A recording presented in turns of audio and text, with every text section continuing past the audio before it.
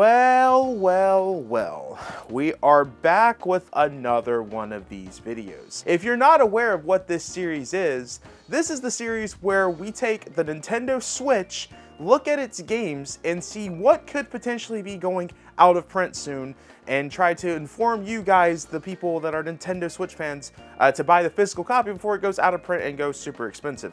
If you guys are not aware, the Nintendo Switch is a very unique system to collect for because of how the physical games work. With it being on a cartridge, cartridges are very expensive to produce, and a lot of games that are out of print on Switch 1 should not be out of print, and because of that, they end up being ridiculously expensive. Honestly, I think it's cool that Nintendo uses cartridges, but it has definitely made a lot of games a lot more difficult to get because of that.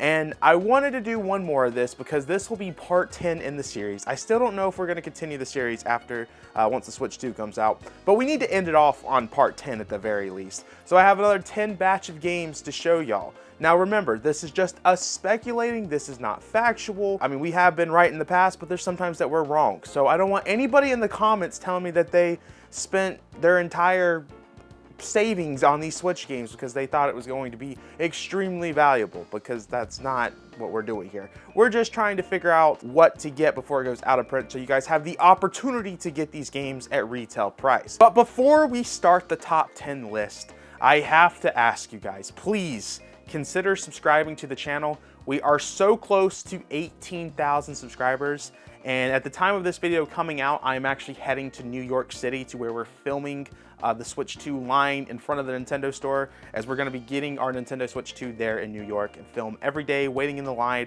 It's going to be an absolute blast. We've been uploading videos every day. If we could hit 18,000 before I get over there to New York City, that would be absolutely incredible. Thank you guys.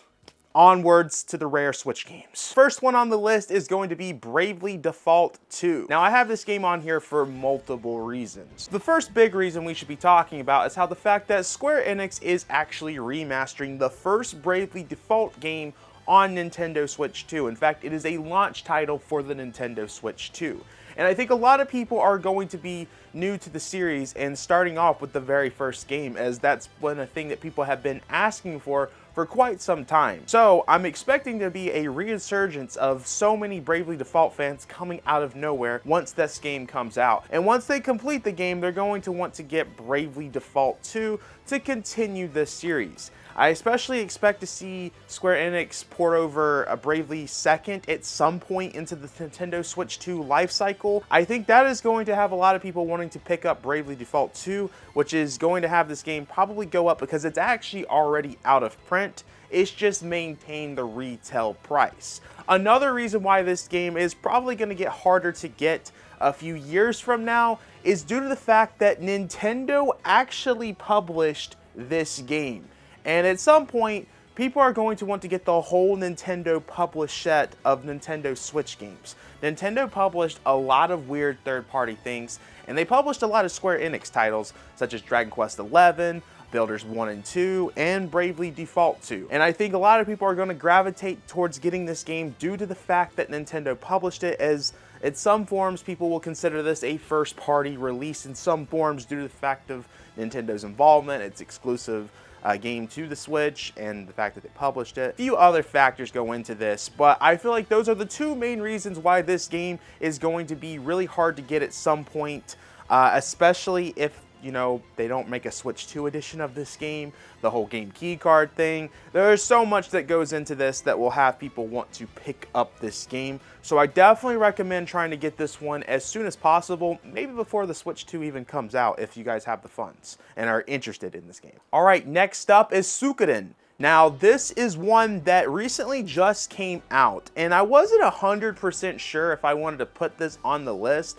People had talked about this game a few months ago, and I didn't think it was going to be anything of interest to put onto the list until the Nintendo Switch 2 came out and Konami announced a Nintendo Switch 2 edition of this game is coming out. The interesting thing about the Nintendo Switch 2 edition of the game is that it is actually a game key card, to where the Switch 1 edition of the game is fully on the cartridge. Now, I think a lot of people are going to want to jump on and get the Switch 1 edition rather than the Switch 2 edition when it comes to physical copies, due to the whole game key card phase. And I believe there might be some sort of upgrade people can get if they do the Switch 1 edition.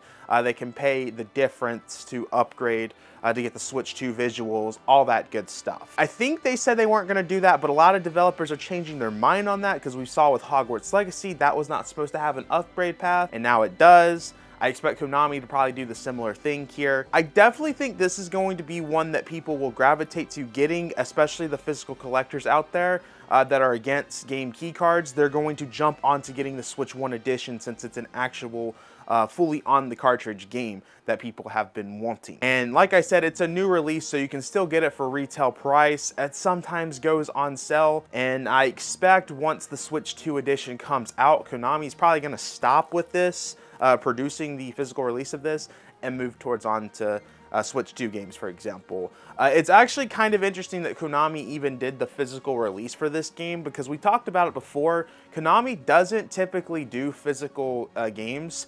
A lot of the times they send their work to limited run. Obviously, Konami did the Metal Gear Solid release, they did the Yu-Gi-Oh release, but Suikoden is one that is a very unique release that they did. It was very surprising, and a lot of people expected limited run to do this release. So overall, a lot of interesting decisions that Konami did with this release. Definitely think this is one to be on the lookout for. I'll be honest, this next one, I'm not 100% sure on. And the reason why I have this is because of, once again, how the Switch 2 is being handled with its upcoming release with one of the games in the series. But next up on the list, I have Tony Hawk Pro Skater 1+2. Now, you might be asking yourself, Max, why do you have this on the list? This is kind of a different type of game. Yes, it's different. Normally games like this don't tend to be something like that, where it's going to be, you know, crazy expensive. Some of the Tony Hawk games have been expensive, but not crazy expensive. With how they're handling the Nintendo Switch 2 releases, and particularly Pro Skater 3+4, that has been confirmed to actually be a code in box. So the only game that will physically be out there on the Nintendo Switch when it comes to Tony Hawk is this right here. Now, I do know that some of the game you have to download. I believe it's Skater 2 that you download. So the only thing that's on the cartridge, I think, is 1, but don't quote me on that. However, I think with this being such a late release that happened on the Switch 1, that's also going to play into factor of this being a harder game to come by. I think this is something that in a few years from now, as more Tony Hawk games come out for Switch 1 and Switch 2, people will want to jump onto this due to the fact that it's the only true physical release out there for a Nintendo Switch version of Tony Hawk. Because it looks like the Tony Hawk series is going to have more games come out, re-releases, maybe even Underground, maybe even a new entry in that series. And I think this is one to potentially be on the lookout for. Like I said, this is just me speculating. I'm not 100% sure if this is one, like, I would not put everything, all my stock into this being hard to find Switch game, or at least out of print. It's going to be out of print, but will it be expensive? I'm not 100% sure. Like I said, I think this is a cheap game you can get right now if you can find it, because I have seen that it's not available at all stores anymore. So if you can find it and it's available for a cheap price, I would definitely look into this one. Okay, next up on the list is one that I'm honestly surprised that Nintendo did. But that game is none other than Pikmin 1+2. Now, this is a very interesting physical release. The physical release of this game came out super late, and I think it came out a few months later after the digital release of Pikmin 1 and 2. And with how those games were done on the Nintendo eShop, they actually weren't a combo. They were sold separate. And overall, it was just very random to see Nintendo re-release Pikmin 1 and 2, where it's not necessarily anything too crazy done to the game. It was a pretty random release, and it was surprising to see Nintendo do a physical release of this game, especially with the whole strategy behind the game, considering that it came out so late. This one will be an interesting release due to the fact that it is a first-party release from Nintendo. It's weird that it had a physical release. It's kind of an unusual thing for Nintendo to do this. They did this with Bayonetta 1, for example. That was digitally only here in America for the longest time, and then a few years later, they dropped a physical release and even said it was a limited release. This kind of seems like it's a limited release, especially as we jump into the Nintendo Switch 2. A lot of these first-party games that Nintendo is going to have for Switch 1 with the backwards compatibility, people are going to gravitate to trying to pick these up physically. And Pikmin 1 and 2 will probably be one that people will want, especially considering that the Switch has all the Pikmin games, at least all the mainline Pikmin games out there physically. And it's just weird that they released this as a combo pack. That's just not something Nintendo typically does.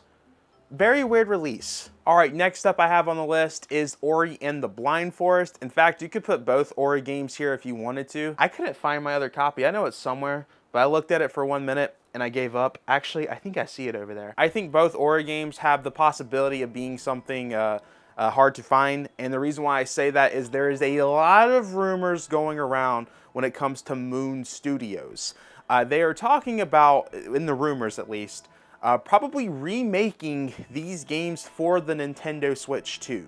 And with that being said, or not remake, but a remaster of the Nintendo Switch 2 edition. And if they're doing a Nintendo Switch 2 edition of these games right here, what's going to end up happening is a physical copy will happen, but 95% of the time it's going to be game key cards. If you guys have been following the news videos, we talked about game key cards, and this is going to be a release that will be a game key card for Nintendo Switch 2. However, I expect Microsoft and Moon Studios to give people the option to upgrade their game for like 10 bucks, for example. So because of that, I think people are going to pick up the Switch 1 edition, especially the physical collectors out there. They're going to want to own the games truly physical, and I think that's going to have these games become hard to find, especially the standalone releases of these games. There's an Ori collection out there, but it actually doesn't have all of it on the cartridge. So you want to own these games the separate release, not the Ori collection. This next one is another one that I'm like not 100% sure. I feel like there's something definitely happening with this game for Switch 2 at some point with the comments that have been made. But next up on the list, I have The Witcher 3 Wild Hunt. Now, the reason why I'm unsure is, as of right now, CD Projekt Red has not confirmed a Nintendo Switch 2 version of the game. And if a Nintendo Switch 2 version happens, I believe there'll be a new physical copy of it. If there isn't a new physical copy, I expect that CD Projekt Red is going to give people the option to pay for the upgrade to get like the Switch 2 enhanced features if you own the Switch 1 physical copy, for example, or the Switch 1 digital copy, for example. Now, the reason why I'm not 100% sure on this is I know CD Projekt Red has already talked about how much they love making physical copies for the Nintendo Switch 2. However, I do know that they said that The Witcher 3 honestly was not very profitable for them because they put all of it on the cartridge. So that makes me wonder if they do a Switch 2 edition of the game, I wonder if they're going to actually make a new version of it physically. Part of me thinks that there's a chance that they'll do a Switch 2 edition, but it'll be digital only, to where it's just like an upgrade that you'll pay for on the eShop, for example. They're not even going to make a physical game key card, anything like this. This is just something that they would promote as like an eShop exclusive. And because of that, I think people will definitely want to jump on getting to the physical copy of it, because if that happens, this is the only physical copy of Witcher 3 out there. Like I said, I'm not 100% sure. CD Projekt Red hasn't even confirmed that a Witcher 3 Switch 2 edition is happening, but I feel like it's something they're definitely going to want to do, especially since they've talked about how great the Switch 2 has been and how they love making Cyberpunk, the Cyberpunk physical copy. There's a lot of questions when it comes to Witcher 3, and I feel like this is probably the most obvious Switch 2 edition to have happen that hasn't even been confirmed yet, but there's a lot of scenarios here that could happen if this release ever happens. That's why I have this on here, because I feel like if there isn't Switch 2 edition physically out there, people are going to jump onto this and then purchase the Switch 2 edition via the eShop. All right, next up on the list is going to be Bayonetta 3. Now, Bayonetta 3, it came out onto the Nintendo Switch around, I think, 2022? Am I correct about that? I hope I'm correct about that. People were waiting for this game, and out of nowhere, it finally got shown up, and we realized that it was coming out very soon. And the reason why this is on here is I think Nintendo had higher expectations for Bayonetta 3, but it sold right at over 1 million copies. But the Bayonetta 1+2 port that came out actually sold more than what Bayonetta 3 did for Nintendo. And because of that, they actually put this game out of print pretty fast. Now, the reason why it's here right now is there's a lot of things going on with Platinum Games right now. I'm wondering if there's honestly a possibility that Platinum Games could go out of business. Everyone is leaving the studio. If they're not leaving, I'm pretty sure Platinum Games has had to lay off some employees. There's a lot of uncertainty happening with that company, and it makes me think that probably Bayonetta 3 is the last in the entry of Bayonetta. Unless Nintendo hires the Kamiya's brand new company to do Bayonetta 4 whenever they get done with Okami 2, I don't see Bayonetta ever having a brand new game. In fact, Kamiya had a whole interview how they wanted to do more stuff with Bayonetta, but he just ended up having to leave Platinum Games. And there's so much uncertainty there. I feel like what's probably gonna end up happening, if I was a guessing man, is that Platinum Games is gonna go out of business, but then sell some of their IPs. And I feel like Nintendo might buy Bayonetta if it's sold to them at the right price, because you gotta consider the fact, which 1 million copies is great, especially for an exclusive game. Anything that's exclusive that's doing 1 million copies is really, really good. But if you look at some of the other things that Nintendo produces out there, they might not be too happy, especially if this cost them a lot of money, considering how long it took for this game to come out. I don't know, but if this truly is the last Bayonetta game, I think a lot of people want to gravitate trying to get all the Bayonetta games on the Switch, because all of them are on the Switch and they're all out physically. And this is going to be one that I think, due to it being actually Origins sold the least amount, because that didn't even do 1 million copies. But if you don't count Origins, out of the mainline Bayonetta games, this sold the worst out of the 3. Not to mention, there's rumors out there of a Switch 2 edition could be happening, of a collection of these 3 Bayonetta games. Although I'm assuming Nintendo would be doing that, so I would think that's going to be all on cartridge. But if they're doing 3 games on the on cartridge, I don't know. There's a lot of uncertainty with the Switch 2 and how physical copies are being done over there. So it's just something we'll have to see. Next up on the list is Yokulele and the Impossible Lair. Now, the reason why I have this is Yokulele is actually getting a remake right now. It was actually the very first Nintendo Switch 2 game to be confirmed. If you wanted that interesting fact. But with that being said, I think it's possible that Yokulele is going to become really popular, and one of the things in the series of Yokulele is the Impossible Lair. People talk about how great of a game this is. And once they play Yokulele, a reimaginable, I don't even remember what the remake title is for that game. But I think a lot of people are going to want to jump to get into the Impossible Lair because this is a continuation of that. And I don't expect them to do a Switch 2 edition of this game.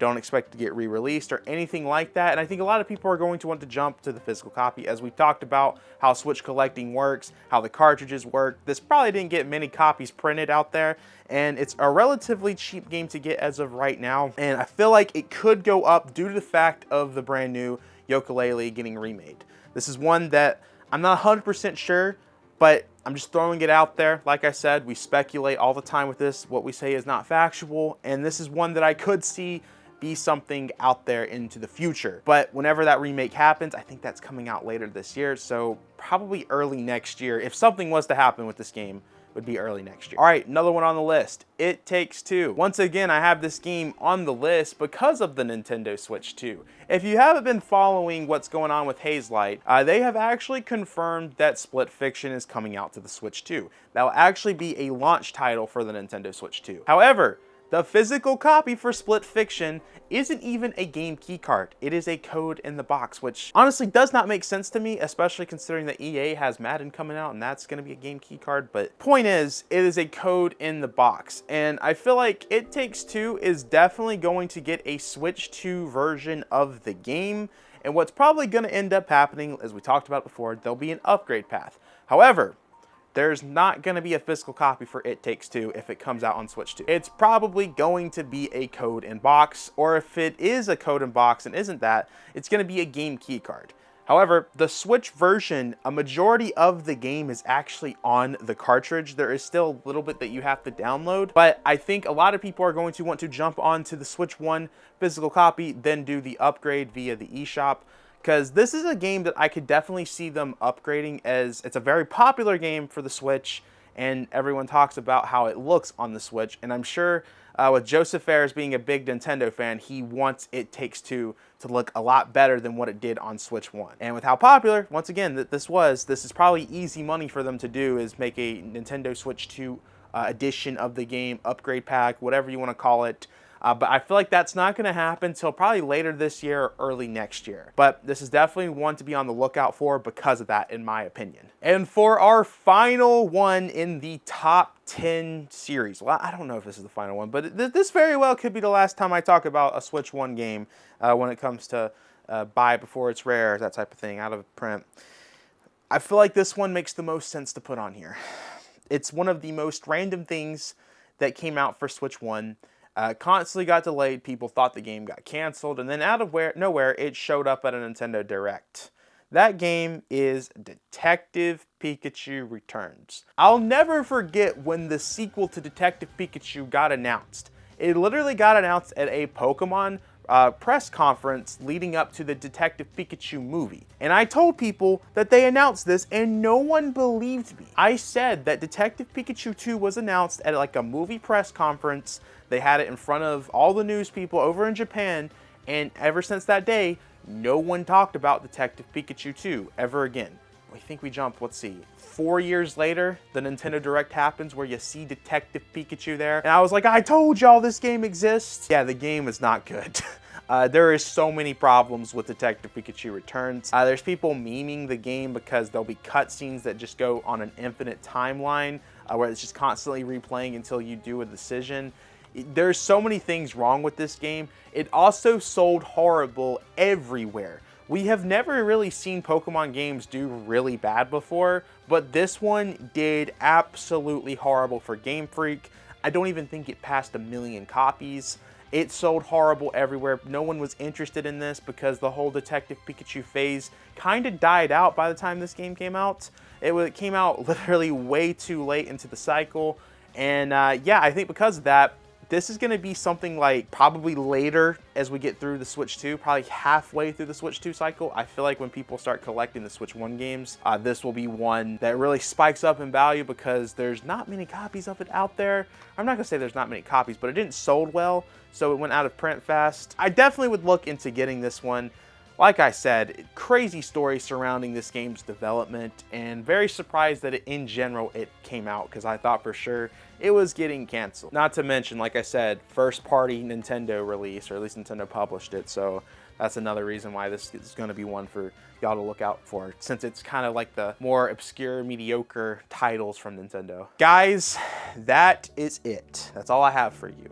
Like I said, I'm not saying that the series is done for, but it's definitely taking some sort of break. I feel like maybe I could redo this for Switch 2. I don't know, but the thing is, they are doing Switch 1 releases still. But I will say going forward, if we continue this, there could be a possibility that it's going to be a combination of Switch 2 and Switch 1 releases, but I don't know. Definitely want to hear what you guys are saying. My one rule with this series is I have to own the game to show it off to you guys. I saw you guys say that, oh, there's so many titles, Max. Why don't you just continue this? No, my one rule with this series is I want to own it, because if I'm telling you guys to buy it, I think it's weird that don't own the game. I feel like I should be in the group of you guys buying the game if, you know, I just think it's weird for me to suggest you buying something and I don't own it in the collection. So I don't want to do anything like that. I saw that being thrown out there. I'm not doing that. But definitely leave me your thoughts on what we talked about into today's video, what you think is going to end up being correct, what's going to be wrong, or did I get everything correct here? I definitely want to hear what you guys have to say in the comments down below. Guys, I have been talking for way too much. Make sure to backslash that subscribe button, like the video, check out the Twitter, check out the Instagram, all that good stuff, and I'll see you guys in the next video. Peace.